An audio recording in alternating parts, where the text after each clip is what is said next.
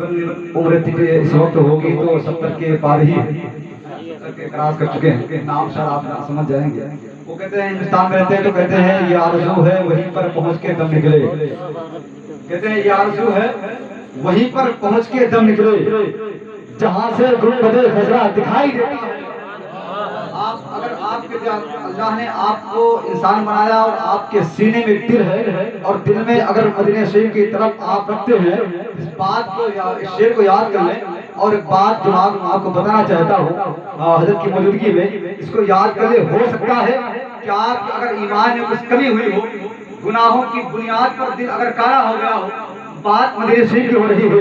अगर मदीने शरीफ का जिक्र सुनते सुनते अगर आप पर आका करम कर दिया तो आपका गुनाह खत्म होगा, नेकियों के जरिए से आपके दिल में उजाला पैदा होगा, है ना।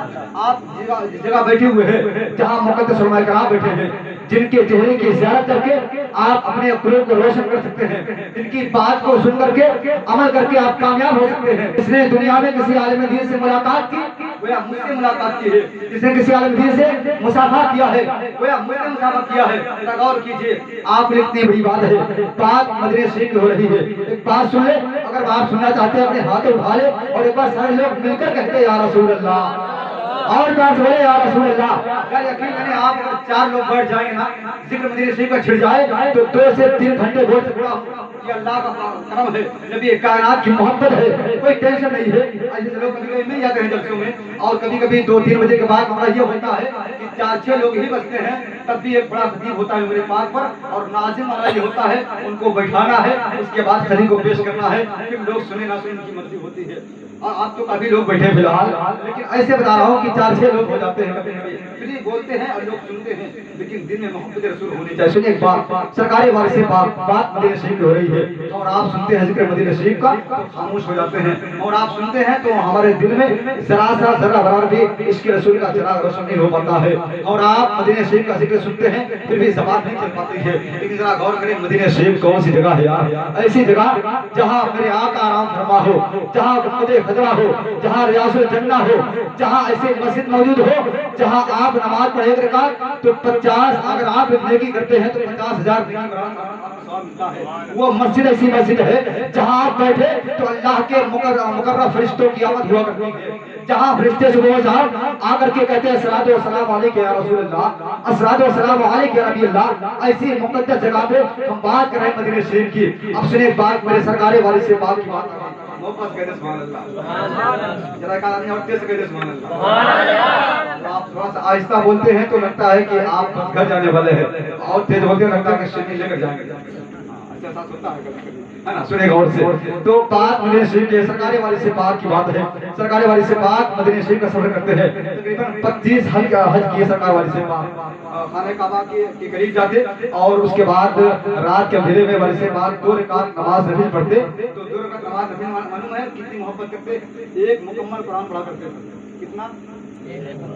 आज हम आप कुरान को कभी कभी देखते हैं, महीने में 1 दिन देख लिए, या अब्बा अम्मा दादी दादा के इंतकाल हुआ, जैसे वातीजा का मामला है तो कुरान आगे देख लिए, वरना फिर वादे कराम तो ही है रहते हैं। सुनेगा और से एक वक्त में 2 रकात नमाज नफिल पढ़े और मुकम्मल कुरान पढ़े, उसी वाली से बात की बात कर रहा हूँ, नबी के हाल की बात कर रहा हूँ। वाली से बात मदीने शरीफ का सफर करते हैं, हज बदुल्लाह के बाद मदीने शरीफ पहुँचते हैं, नबी कायनात की बारगाह हाजिरी पेश होती है। चलते चलते उसी मदीने शरीफ के गलियों में चल रहे वाली से बात, अचानक एक पथरीली जमीन तो है और सरकार वाली से बात का पाँव एक पत्थर से टकरा गया तो उनके पाँव में, पाँव के अंगूठे में चोट लगी, इसकी बुनियाद पर वाली से बात का अंगूठा जो है वो निकल गया, हल्का से निकला। आप समझते हम आप ठेस बोलते हैं, ठेस लगा है ऐसा बोलते हैं।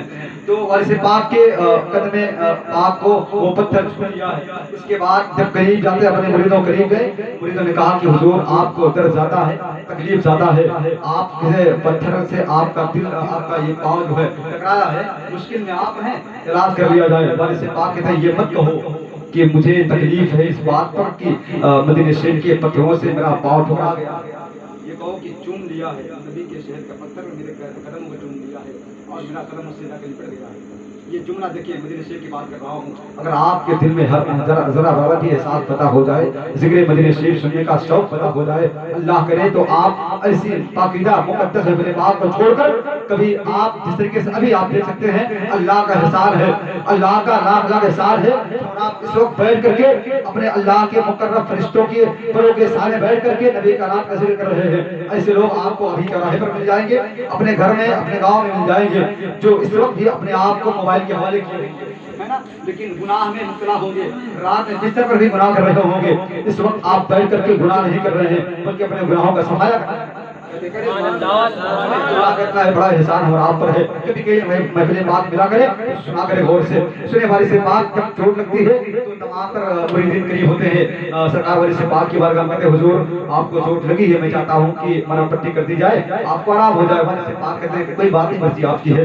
لوگوں نے پکڑ کر سرکار والی سے پاک کو ڈاکٹر قریب جاتے ہیں. اس کے بعد والی سے پاک کے پاؤں میں پٹی وغیرہ ہوتی ہے. کچھ دن گزرتا ہے, والی سے پاک اپنے ہاتھوں سے اس زخم کو پھر تازہ کر دیتے ہیں. پھر کچھ دن گزرا, پھر کسی نے کہا کہ حضور آپ بار بار کام کرتے ہیں. کئی دن گزرے, واپسی ہوتی ہے, لکھنؤ پہنچتے ہیں. لکھنؤ کے بعد دیوا شریف پہنچتے ہیں. پھر وہ زخم جو ہے بالکل سوکھنے کے قریب تھا کہ والی سے پاک اپنے ہاتھ سے پھر اس کو تازہ کر دیتے ہیں, پیدا کرتے ہیں.